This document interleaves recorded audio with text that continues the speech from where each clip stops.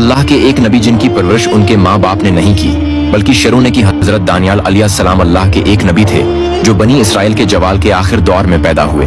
बादशाह ने यहूदा के बादशाह से जंग का ऐलान कर दिया और क्योंकि हजरत दानियाल अलैहिस्सलाम यहूदा खानदान से थे, उनकी जान को भी खतरा था, इसलिए उनके वालिदैन ने हजरत दानियाल अलैहिस्सलाम को जंगल में छोड़ दिया।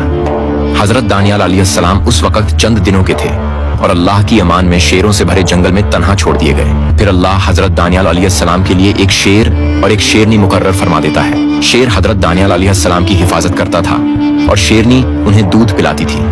वो शेर और शेरनी उनसे बिल्कुल उसी तरह मोहब्बत करते थे जैसे जानवर अपने बच्चों से करते हैं। जब हजरत दानियाल अलैहिस्सलाम जवान हुए तो वो दौर बनी इसराइल का सबसे बुरा दौर था। लोग ऐश ओ इशरत और बदकारी में डूब गए थे और अल्लाह को बिल्कुल भूल चुके थे। तब अल्लाह ने बनी इसराइल पर अपना अजाब नाजिल फरमाया। बबिल का एक हाकिम था जिसका नाम था बख्त नसर। उसने यरूशलेम पर हमला किया। उसने यहूदी रियासत का सफाया कर दिया, बहुत से यहूदियों को कत्ल कर दिया और बाकी को कैद कर लिया। उन्हीं कैदियों में हजरत दानियाल अलैहिस्सलाम भी शामिल थे। एक रात बख्त नसर ने बहुत ही बुरा ख्वाब देखा। सुबह होते ही उसने अपने सारे जादूगरों और नजूमियों को बुलाया और कहा, मैंने एक खौफनाक ख्वाब देखा है, मुझे इसकी ताबीर चाहिए। उन्होंने कहा, जब तक हमें ख्वाब ही मालूम ना हो हम ताबीर कैसे बताएं? बख्त नसर ने कहा, मुझे ख्वाब याद नहीं लेकिन ताबीर चाहिए। 3 दिन देता हूँ वरना सबके सर कलम कर दूंगा। ये बात महल में फैल गई और हजरत दानियाल अलैहिस्सलाम तक भी पहुंच गई। उन्होंने एक आदमी से जो महल में आता जाता था कहा, क्या तुम बख्त नसर को मेरा पैगाम दे सकते हो कि मैं न सिर्फ उसका ख्वाब जानता हूँ बल्कि उसकी ताबीर भी? उसने कहा, हाँ, और अगले दिन उसने बख्त नसर को बता दिया। बख्त नसर ने हुक्म दिया कि उस शख्स को मेरे दरबार में लाओ। जब हजरत दानियाल अलैहिस्सलाम दरबार में लाए गए, उस वक्त रिवाज था कि जो भी बख्त नसर के सामने आता उसे सजदा करता, लेकिन हजरत दानियाल अलैहिस्सलाम ने सजदा नहीं किया। बख्त नसर को गुस्सा आया। उसने कहा, सब बाहर चले जाओ। दरबार खाली हो गया। फिर उसने हजरत दानियाल अलैहिस्सलाम से पूछा, तुमने मुझे सजदा क्यों नहीं किया? हजरत दानियाल अलैहिस्सलाम ने फरमाया, मेरे अल्लाह ने मुझे ये इल्म इस शर्त पर दिया है कि मैं उसी को सजदा करूं। अगर मैंने तुझे सजदा किया तो इल्म चला जाएगा और तू भी फायदा नहीं उठा सकेगा। बख्त नसर ने कहा, मैंने अपने रब का इतना फरमाबरदार बंदा कभी नहीं देखा। अब तुम मुझे मेरा ख्वाब और उसकी ताबीर बताओ। हजरत दानियाल अलैहिस्सलाम ने फरमाया, तुमने एक बहुत बड़ा बुत देखा जिसका सर आसमान में और पांव जमीन पर था। ऊपर का हिस्सा सोने का, बीच का चांदी, नीचे तांबा, पिंडलियां लोहे की और पांव पत्थर के। फिर आसमान से एक बड़ा पत्थर आया और उस बुत को तोड़कर मिट्टी कर दिया। वो पत्थर बड़ा होता गया और पूरी जमीन में फैल गया।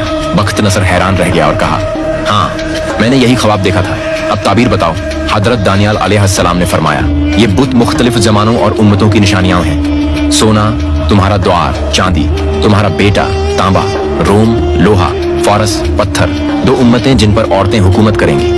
और जो पत्थर बुत पर गिरा वो दीन इलाही है जो आखिर जमाने में जाहिर होगा। अल्लाह अरब से एक नबी भेजेगा और वो दीन इस पत्थर की तरह पूरी जमीन पर गालिब आ जाएगा।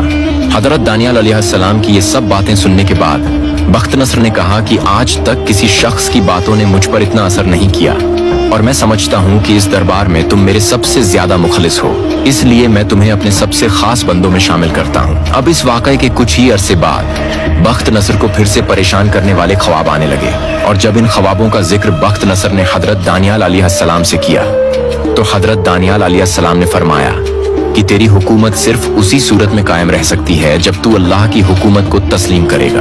हजरत दानियाल अलैहिस्सलाम ने उसे नसीहत की कि सूरत हाल से बचने के लिए करीबी बंदों की मदद कर, फिर शायद अल्लाह भी तुझ पर रहम करे। इसलिए उसके बाद बख्त नसर ने हजरत दानियाल अलैहिस्सलाम की इस नसीहत पर अमल किया और उसने बनी इसराइल के लोगों की खूब मदद की, यहाँ तक कि एक शख्स भी भूखा न रहा। और इस तरह बख्त नसर पर आने वाला अजाब टल गया और मुल्क में अमन और खुशहाली फैल गई। 397 ईसा पूर्व में बख्त नसर फौत हो गया और उसके बाद तख्त पर उसका बेटा बैठ गया जो बहुत ही अय्याश और नालायक बादशाह था।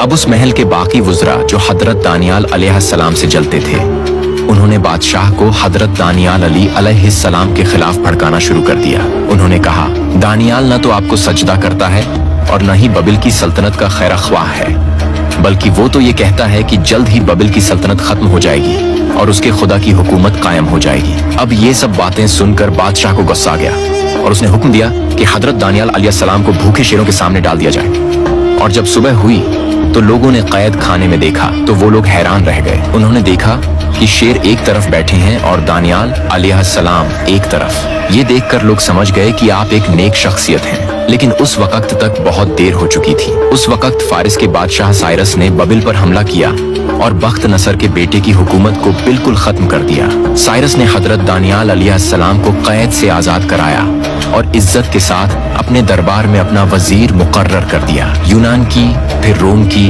और फिर इन सब पर गालिब आया अल्लाह का दीन यानी इस्लाम। बेशक अल्लाह का दीन हर हाल में इस दुनिया में गालिब आकर रहेगा। अपना और अपने ईमान का ख्याल रखिए। फी अमान अल्लाह।